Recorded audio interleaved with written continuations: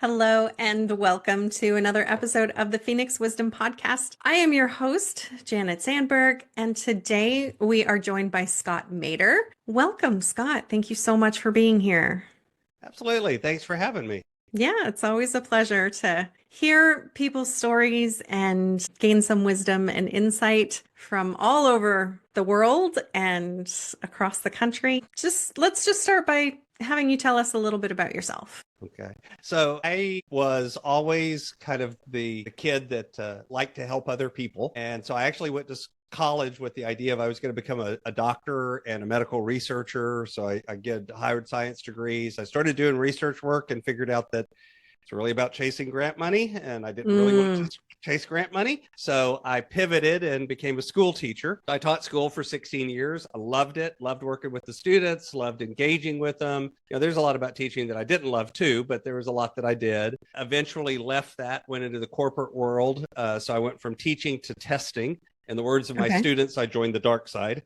Sure. Because, I started writing tests for a living, state-based tests, worked myself up to an executive position, had a big team of people reporting to me, big budget, on a plane all the time, doing all of that.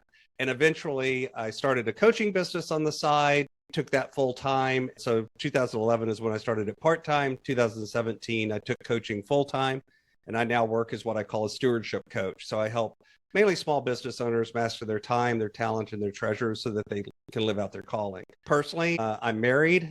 My wife and I have been married for almost 29 years, coming up in March. Have a son. He's now an adult. He's 22 years old and living up in Dallas and working for a living. So has successfully launched and left the house, which is always Amazing. like, yay, score. For some reason, he wanted to move to Dallas and live closer to his girlfriend instead of closer to mom and dad. I really don't understand how that works, No. but we're really happy that he's up there and successful. We recently moved here in Texas to Bryan. We used to live in the San Antonio area, so down closer to San Antonio in the hill country, and now we live up in central Texas in the Bryan, Texas area, and have been living here literally since October, so just a few months since late last year.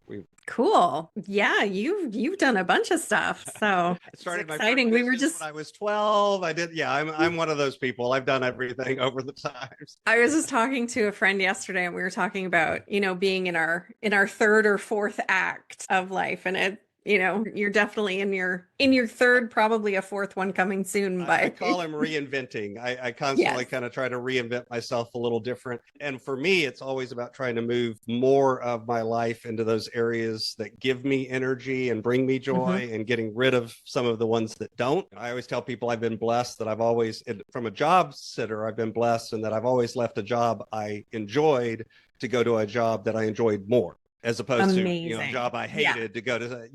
I've always been blessed to do that. So that's and I know that's a blessing, and I know that's a rarity because so many people are working at jobs they hate. Yeah, but you do what you got to do, and and priorities.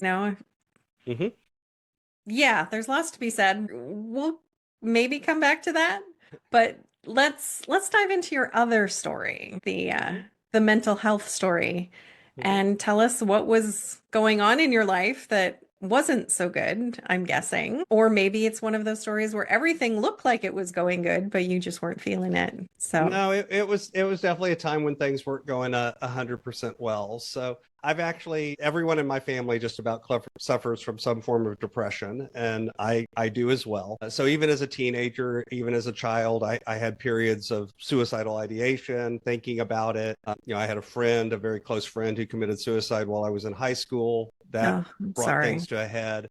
I never really acted on it fully or really went that far down that road of thinking about it. Later, I married my high school sweetheart. We were married for several years. We eventually got divorced. I married my current wife. And while I was a school teacher, so kind of that time period that I was talking about that, we ended up running up a lot of debt and dealing with a lot of financial burdens. Shocking, I know, but school teachers are not paid that well. I know that surprises everyone because, we think school teachers all are multimillionaires, but they should be for what they do. Should be, but they aren't. So we were dealing a lot with that. And I was being a good husband in my head, at least, and I was going to Mhm. protect my wife from all of these issues. And so I was taking on a lot of that burden myself, Mm. a lot of mental things around men, around success, around money, around finances, around being a good Yeah. provider, being a good protector. All of that was going on in my head.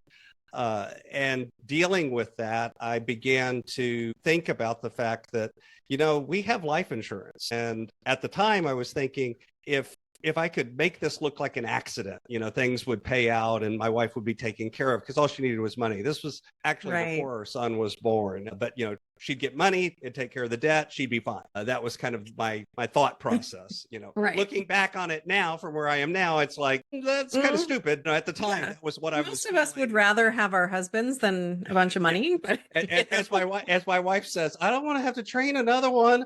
Yeah, okay. She puts it nicely. That's the truth, though. She'd rather have me than the money. But that's not what I was thinking at the yeah. time. So I was driving home late at night. This was one of those periods where I was working a lot of hours, working late as a teacher. We lived pretty far outside of town, a long way. So my commute was over an hour each Oh, direction. So oftentimes I was driving home, 10:30, 11:30, midnight kind of hours at night. wow. And we lived kind of down this long, windy road with a lot of really steep drop offs. So I literally had a plan Mm, for how I was going to eventually drive off of one of these drop offs and mm, end things that way. It never came to fruition because actually I used to listen to talk radio. That was the only thing that would keep me awake. yeah. And they changed the lineup and started playing actually the Dave Ramsey show. And here he is talking about money and debt and getting out of debt. Mm. And I got so angry with the stupid stuff he was saying. I'm arguing with the radio on the way home. And after about 2 or 3 days of that, I finally realized, wait a minute, this is the first time I haven't been thinking about doing something. I've been arguing with the radio, but I'm not been thinking about taking my life. And so I Right. came clean and went and talked to my wife. Turns out she'd been listening to the radio show during the day. I was listening to the Ah, rebroadcast at night. We kind of decided we're going to change things and get on the same page and redo how we were mhm. living and began that journey out of it. And, as part of that, I also saw it and got some therapy, got some help around the suicidal ideation and began to move forward from there. Amazing. It's funny, but not funny how these things just happen. A Mm-hmm. show comes on the radio or a song, or you happen upon a podcast, or, things like that that end up just being that nudge that we Mm-hmm. need to redirect us onto the path that we should be on Mm-hmm. and open us up to, oh, maybe there is a different way, maybe I can be doing things a little bit different Mm-hmm. than I am now, and be able to get unstuck from this place that seems so terrible. Right. And that's one of the things, now as a coach, as somebody that works in that field. And, even though I coach on money and time, it doesn't matter. That's still a lot of mental stuff and a lot of self-belief and doubts. And with money, especially, we do end up, I've worked with people that were really seriously considering going down that road of taking their life because of money issues. And Right. it's interesting that now, sometimes I've had the chance to show up and be that voice. So I say that from the point of view of, those folks, you don't know sometimes the ripples that you put out, Exactly. the door that you open for somebody, the smile that you give to somebody, that cup of coffee that you buy for Hmm. somebody, you don't really know that ripple that might have on that person's life and the fact that it might turn the position they're in. So it's one of the reasons now that I focus so much on trying to be not fake positive, but positive, So Yeah. not the fake it, but the real positivity of, love people, care for people, be nice, those Yeah. sorts of things that it's hard to remember, but at the same time, when you realize that might literally save someone's life, isn't it worth a little extra energy to do that? Absolutely. Yeah. And also, people get themselves into troubles like you did, with finances and stuff, and you get there naturally, and obviously you're not trying to do it. We didn't go to Tahiti and put it on a credit card. That's not Exactly, exactly. But people are so afraid to talk about it and afraid that they're going to be judged for not having everything all together. And, sometimes it's just life, takes you down certain roads and things happen and suddenly you find yourself in a bunch of debt beyond your control. So it's wonderful that there are people out there like you who are like, I get it. I've been there for one thing, but even if you haven't been there, like just being willing to listen to people without judgment and then help them take those steps to dig themselves out and be successful. And I know like we've done some Dave Ramsey stuff as well, and he's got a lot of good tips on just like those little baby steps.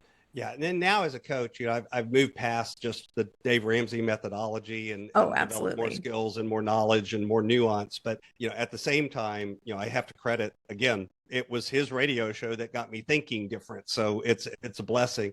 But it's interesting too because I've found now that having the opportunity to help other people again, that also feeds back on me and helps me keep in a more positive mindset and be, more healthy mentally myself. Now, again, I still have bad days. I still have, Sure.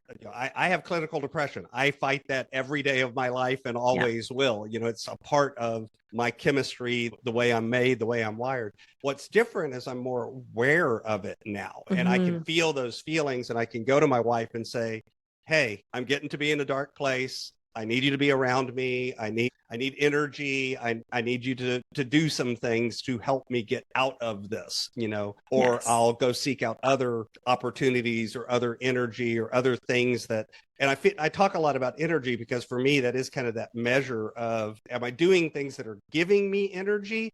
Or am I doing things that are sapping energy from me? Because when I get trapped in that spiral of doing and thinking and dwelling on the things that are pulling energy out of me, that's when I start spiraling downward. And I know where that ends. That ends with thinking about doing something that's much more permanent. And I've been there repeatedly. I've had, since that one ideation that I was talking about with the car, there have been other periods where I've gotten there, but I've also gotten better at recognizing it and kind of getting off of that downward spiral before you get to that point of really seriously thinking about suicide. Yeah. Yeah. And that's, the experience of doing it, of just living, but also learning and being able to sort of nip it in the bud before it gets too far gone, which sometimes is easier than other times. Sometimes we get a little bit further down the spiral before we realize it's happening. But I love that, when you do recognize it, you search for those things that bring you joy, that bring the energy in. What are some of those things for you? A lot of times, even as simple as going for a walk, or doing things like that, finding opportunities to pour into other people actually brings me energy. So I do that through, nonprofits that I serve. I do it through my coaching business. I do it through other things my wife and I do for volunteer and that kind of thing. Staying on top of things like sleep and food and water and all of those sorts of things. Just the normal health things that, quite frankly, when you start down that spiral, again, it's really easy to start skipping meals or start not taking care of your sleep or not being able to recognize that and say, no, I need to actually take care of this. The other things is, reading, learning I've always been a nerd at heart. I like to learn. I like to read things. I like to study new things. So I'll try to find something that catches my interest and go spend time with it. And then a lot of it too is just finding opportunities to, plug into community. That's for us, that's through church. It can be through, I've done networking groups, I've done all sorts of different things, but it's surrounding yourself with other people who have a positive outlook in some ways. It's not surrounding yourself with people that are always telling you how bad everything is. Yes. And then the other thing is sometimes it's what I don't put in. So as an example, there are times when I have to go on a social media or a news fast. It's like, I just, for the next 3 weeks, I can't watch the news because it's just going to freak me out and escalate my blood pressure. And I need to turn that off. So it's not just what I do. Sometimes it's also what I deliberately exclude, you don't do, as well. Yeah. Awesome. That's really great. What are some tips for people who are now like financially struggling to the point where it's affecting their mental health? One thing is to recognize, and again, this is hard to do when you're in the midst of it, but I've come to learn that our life is a film strip, not a photograph. And Hmm. what I mean by that is we have a tendency to look at where we are, look at how much we make, how much debt we have, how much we're spending, all of those things. And we treat that moment in time as if that's always going to be true. Right. And the one thing I can guarantee is that's not always going to be true. Right. Now, it can get better, it can get worse, it can, there's all sorts of ways it can change, but that's the whole Hmm. point. There's an infinite number of ways that your situation could be different in a week, in 6 weeks, in six Hmm. months. There's only one way it can stay the same. So just by definition, it's much more likely that it's going to be different than it's going to be the same. That's what that Right. means. But recognizing that also means I've got the ability to do something potentially to begin to make that change move in a better direction. And so sometimes it's changing your language. So for instance, I will not allow my Mm. clients to say, I have to. Right. I had to buy a car, or I had to put my kids in private school, or I had to buy that movie, whatever. I don't care how big or how small it is. It's literally the language you're using because you didn't have to, you chose to. Because Exactly. no matter what, even if I put you in an extreme situation and said, you have to do this or else, there are things that I could put you in a really extreme situation and you'd still look at me and go, well, I'm not going to do it. There are Yeah. things that you would choose not to do because they're that important or that core to who you are. Hmm. Even in an extreme situation, you have choices. And when you recognize that, you begin to take your power back because often Yes. what we're feeling in that moment is completely powerless, completely helpless. There's nothing we can do to change it. There's always something you can do to change it. And it's recognizing that as sort of the first step towards now we can start talking about tactics and tools and techniques and all of the math stuff. But the mindset has to come first because until you believe that, you can't make those changes. And again, for me, that's what flipped the switch. It was when I suddenly realized, wait a minute, there is some things I can do, and it's less Yeah. about what I did and more about just recognizing there's something we can do. Let's Yeah. go see if we can do it. It's that recognition to me is the biggest key to changing the finances because all the other stuff comes from that. Yeah. It's that tiny little shift from hopeless to hopeful, right? Mm-hmm. Like nothing I do will ever matter. It's just going to be this way forever too. Right. But maybe it's not that way. I do have control. I do have choices. It is up to me to direct where this is going. Right. And Yeah. and you have more power than you believe, even and Yes. again, I've worked with some clients, a single mom, two children, makes $37,000 a year, has $12,000 worth of debt. Now, $12,000 to some people is like, oh, that's not very much. When you make $37,000 a year as a single mom with two kids, That's a lot. $12,000 is a fortune. Yeah. And she turned her situation around, got debt free, got a better job, got in a better situation. All of these positive Mhm. dominoes thing moved. I've worked Yeah. with people that make $250,000 a month, not a year, a month. Multi-million dollar plus income every year. Had been doing that for 7 or 8 years. And there's still things around mindset and decision Mhm. making and choices. So it's not how much you make, it's Yeah. not how much debt you have. It's the mindset stuff. That's Yes. really what matters because everything else has to come from there. And people forget that because they think if I just earn more money, everything will be better. No, No. it won't. No. If I just spend less money, everything will be better. Well, no, those may be some of the things you need to do, but they by themselves don't change anything. It's the Mhm. behavior part that actually makes the change. Yeah. Yeah. I love that. Just deciding that you have choices, deciding Deciding you're that. going to do something different. Yep. Yeah. And I think that applies Amazing. to a lot of things in our It life. does. I Yeah. mean, I Not think just a money, lot. just everything.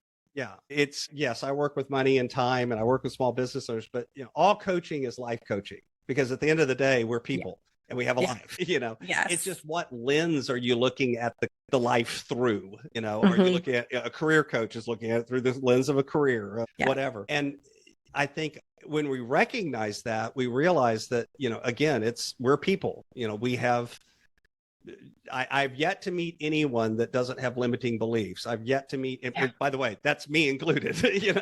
I've yet Yeah. to meet anyone that doesn't have those things going on. Most of us have those voices in our head. Most of those voices, by the way, are not very nice. Most of them we'll say things to ourselves in our head that we would never say to another human being, Mm-hmm. especially somebody we loved and cared about. And when Yeah. you start recognizing that and realizing that, it's like, wait a minute, why am I doing this? Why am I Mm-hmm. treating myself this way? I wouldn't treat my wife that way. I wouldn't treat my son that way. So why do I allow myself to say that to myself? Yeah. Now, again, those are all things that are very simple to say. They're not easy to deal with. And that's Simple where I and come easy back. are not always the same Simple and thing. easy are not the same thing. And again, that's where, like, for me, my wife and others are the people I plug into. But it comes back to, I think, for a lot of us, and again, that's why I coach around the money, because it's not that I come in and fix their problems, but it's just having that other person in your corner is Yeah. sometimes too what you need to kind of push through. Same thing happens with the mental health. I think, that can be therapists, that can be counselors, coaches, that can be other it could be friends and family, but it could be total strangers in some cases. Yeah. But it's finding those places that you can plug into and get that community and that connection. And I think especially in today's world, because, I mean, we're talking by computer right now. So Yeah. much of what we do is remove some of that touch and that connection. And it's real easy to just kind of sit in your room and binge Netflix and let yourself spiral into something that's really Yeah. not healthy. Exactly. Exactly. And just as you were talking there about, those little changes we make to, how we think and the words that we use, and again with the have to or I had to, it's not only I chose to, but it's also I get to, I get to, right. I get to get up and go to work in the morning because I have a job and that's amazing. Even if you don't like the job, it's better than not having any job. Right. Right. Well, And it's, another word that I use, and you used this earlier, is I changed the language from I didn't have time for that to this isn't a priority for me. right. Because all of a sudden you're going to make different choices. Because Hmm. when I say I didn't have time to go to my daughter's soccer game, everyone just looks at you and goes, oh, I understand, you're so busy. If you say it wasn't a priority for me to go to my daughter's soccer game, everyone thinks you're a jerk, including you. You Yes. look at it different. You're like, really? That's not a priority. That sounds, oh, I don't like the way that feels. I need to rearrange my life to make that a priority. Hmm. And now all of a sudden you're going to make different choices. So Right. it's funny how, yeah, it's the way we frame things in our own head. And like you said, I get to do that. This is an opportunity I have. This is a blessing I have. It's one of the reasons I think everyone should have to go travel and serve in a third world country, Yes. to just get a little reality check for how blessed we are sometimes. Absolutely. Yes. Yeah. And shoot, what was I going to say? I'm sorry. No, no, it's okay. It was along the lines of prioritizing, but it's gone now. Oh well. But yes, yes to traveling and visiting Doing developing service countries. projects, doing those things. Yeah. Yeah, whatever. Even just Go yeah. volunteer at a soup kitchen. Do something. Yeah. Find, Yeah. being in touch with the fact that, and I hate this advice in some ways because it's said so often and I think it's trivialized, but there is a degree to which finding a place that you can still help, finding a place Mhm. where you're a step ahead or a step Yeah. further and you can put some time or some energy into helping others. I honestly think that blesses us and helps us, Oh, it's so good for grow, us. Yeah. Um, To volunteer in whatever way makes you feel good. That's what I was going to say. It was the prioritizing feeling good mhm. in our lives. Like if we have a choice between two things, and they're otherwise equal, which one is going to make us feel good? Which doesn't mean going out and buying a Ferrari if you can't afford it, but in those little things, if you're given the choice between two jobs and they're otherwise equal, do the one that's going to make you feel good, that's Right. going to Bring you enrich more your joy, life bring in you, some yeah. way. Yeah. And I think a lot of times too, it's looking deeper than would you say feel good. It's also thinking about immediate versus long term. It's thinking about things beyond just the surface level of feel good, because I agree 100% with what you're saying, but I think sometimes our shortfall with that is we look for the short term endorphin rush, Yeah, click on yeah, that's Facebook, scroll. Okay, yeah, yay, I feel good. not that kind That's of not the feeling feel of good you like mean. no, like You know? the fulfilling, enriching, Yeah. like soul level The feeling deeper good. feel good, the Yeah, true, yeah. what I would call joy, chase joy instead of happiness. To me, Yes. my Yes. definition, joy is longer lasting. Happiness is those momentary meanings. Now, again, Yeah. if you use those words differently, I don't care. Use the Yeah. words you use the way. But for me, joy is that long lasting feeling of contentment and connection and all of those things, where happiness is just that momentary, oh, I clicked on a notification and got rid of the little red number. Yay, a little dopamine hit. I feel good. Yeah. And it lasts for a millionth of a second, and that's it. Yeah. So those opportunities to prioritize that is, but again, and this is where it comes back to doing the mind work. So often we've never even stopped to think about, what is it really that we want? What is it that brings us that joy? What is it that Exactly. gives us that energy? And if you never thought about it, well, you don't have a destination. And if you don't have a destination, then anywhere will get you there. And so you just kind of wander around and chase the moment instead of looking for those deeper things. Yeah.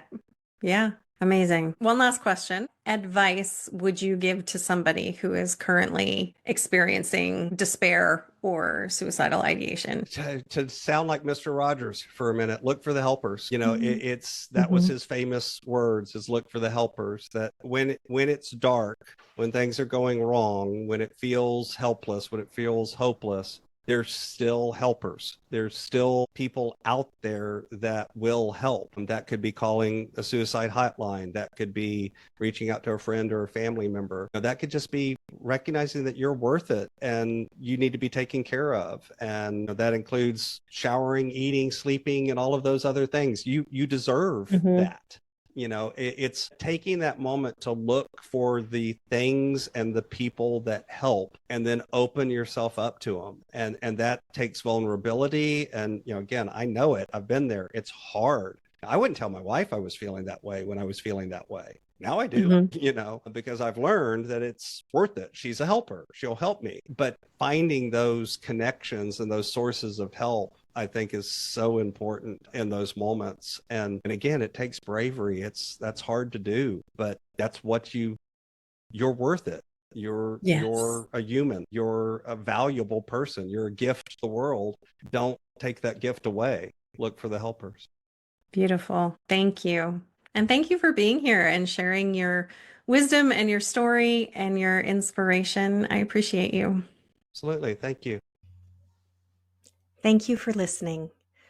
Remember that you are loved, you are worthy, you are valuable, you are meant for more, and that it really does get better. If you are in crisis, there are numbers that you can call or text to get the help that you need. That information for Canada and the US is in the description below each episode. If you are in immediate crisis, please call 911. We love you, and I hope you'll listen again.